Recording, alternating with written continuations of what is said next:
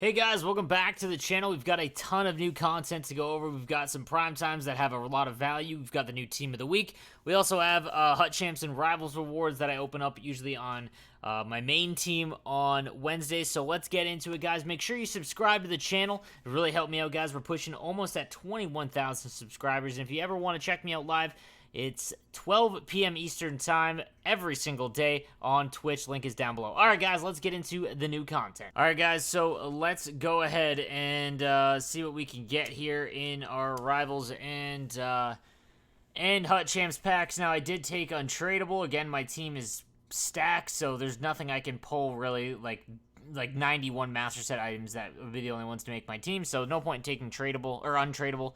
So we'll just take all these and then sell them. Do not sell your cards right now. The market is really low on gold players, just because there's those Black Friday packs came out, as well as all the rewards today, as this pack was nothing.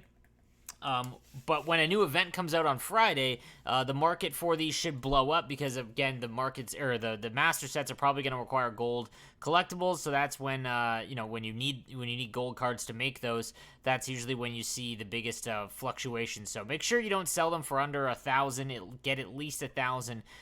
Usually I put them up for 10.50 by now is the cheapest I'll go, and usually that's the price that they always are. So just wait for the market to fix itself, and again, you could that'll probably be by Friday, Monday at the latest. Wow, that was a terrible pack. At least we have one ultimate pack. Hopefully we get something cool. Last week we packed the 90 Aginla, so that was pretty sweet. Nothing here. These ones are really rough, these packs. 84 Taves, that's not going to sell for anything. Nope. And, alright, so on to the ultimate. Hopefully the ultimate pulls something good for us. Here we go. Alright, 20 all 80 above. Let's go. Nope. Oh. Okay, I mean, it could be worse, but I'm not going to use this card. It doesn't have a good enough... It doesn't have a synergy. I'm in synergy prison. This card actually looks like it might actually be half decent in terms of stats, but yeah, I'm not using that. Okay, back-to-back decent pulls. Ryan NUGENT-HOPKINS again with Thief, though. Unfortunately, his face-offs are so low that Thief is kind of pointless on him. What a decent pack to start. Fowler, Lindbaum, Barry. That's probably all we're getting, though. But we'll sell them both, make some coins out of them. No. I'd love a master item, make it one absolutely elite pack. Nope. Bobrovsky, man, so this is a pretty good pack, I'm not gonna lie, but not gonna do it there. But again, we get the Crawford, we'll sell him. We've got 324k. I'll show you guys the team right now. I know I just did an update on it, but here is the squadron.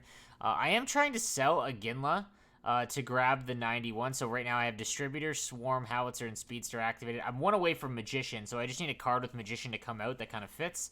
But I really want the 91 Aginla. I love the way he plays, and he's one of my favorite players. So I'm trying to sell him to buy the Aginla back. But the problem is that a 90 Aginla is going for like 360k, which is just way too cheap. He will be over 400 when he's out of the event. So, and then my defense is pretty stacked. Heiskin and Ekblad, Hansen, Yossi, Carlson, and Paul Coffey. And then in net, I've got Linus Ullmark and Billy Smith. I'd love to get the new Brodie, but again, his synergies just don't fit. All right, guys, let's get into the new content.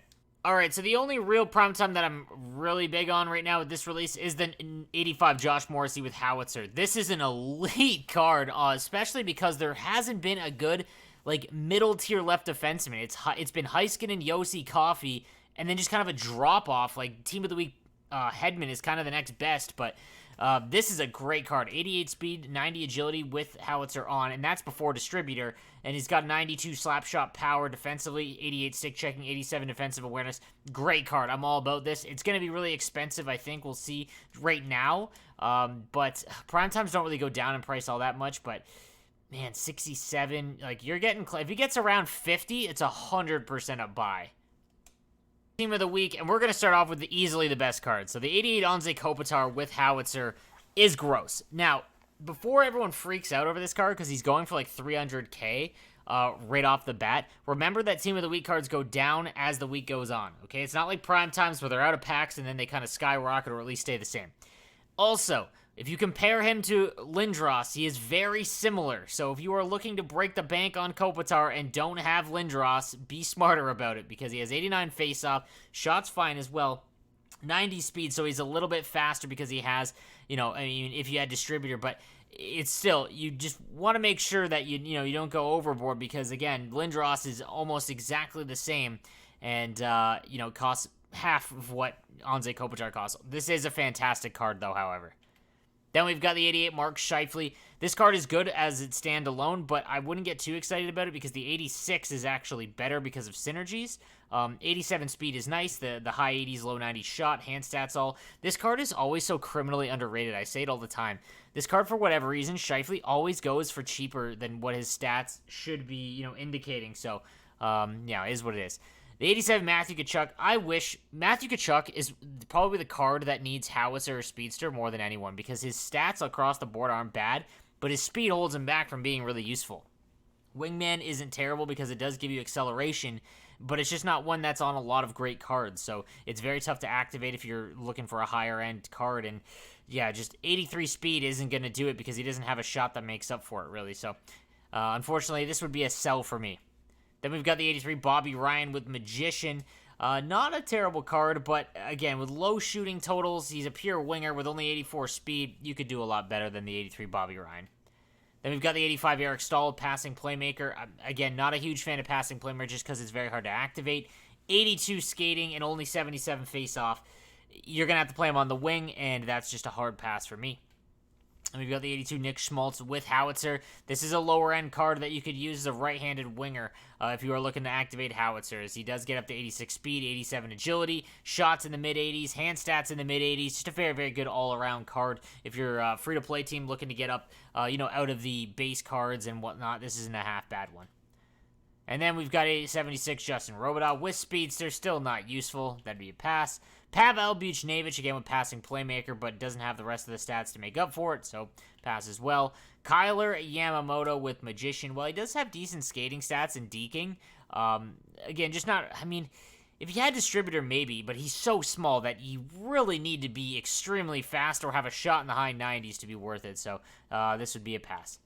And we've got Chris DIDOMENICO. This is my man Fausto's doing, as this is his favorite player, I believe, and he's always hounding the devs to put this guy in the game. So, good to see him in the game for him, but not a card that you could use. Marcus Kruger with Spark and Gladiator, same thing. Not one that you're going to be using. And then Ryan Leish with Distributor. No, 5'7", guys. There's better cards with Distributor. So there are your forwards. On defense, we've got the 85 Torey Krug with Shutdown.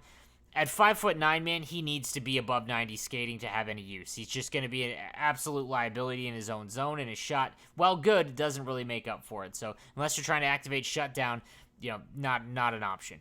Then we've got 84 Josh Manson with Light the Lamp. Same thing, just a synergy that is not useful at all for defensemen. Like, probably the least useful defenseman synergy would be this one. 80 speed and acceleration, no, hard pass. Then we've got 85 Jacob Slavin with Workhorse. I love Workhorse, and there's a lot of defensemen that have it, and it gives you nice acceleration. Like, I'm thinking like the Colton Parayko and the team builder Larry Murphy from the Pens. Like, acceleration is very, very useful for defensemen, in my opinion. And his shot's not bad. If you had Distributor, it would make him a lot more usable, but there's already a duo card that has the dynamic duo card has Distributor, so it's probably more valuable. Then we've got the 85 TJ Brody. Nice speed. 87 speed and acceleration. Again, same kind of situation as that Morrissey. There's not a lot of good mid-tier left-handed defensemen. So low-key, this could be a nice pickup if you don't have a synergy issue and you're looking at base cards, for the left-hand side defenseman, because there isn't a lot that are very good. Then we've got 81 Joel Persson with Magician. Again, not a really usable one. Doesn't do enough to make up for it. Vili Sarajarvi with Distributor, 84 speed, but again, 76 overall. That's not going to do it. And then in net, we've got the 85 Matt Murray, comes with heart and soul. That's pretty much a deal breaker at this point. 79 aggression is nice. The stats are okay, but no, pass. And then NIKLAS, RUBIN with Swarm and Spark. Same thing, not much to do there.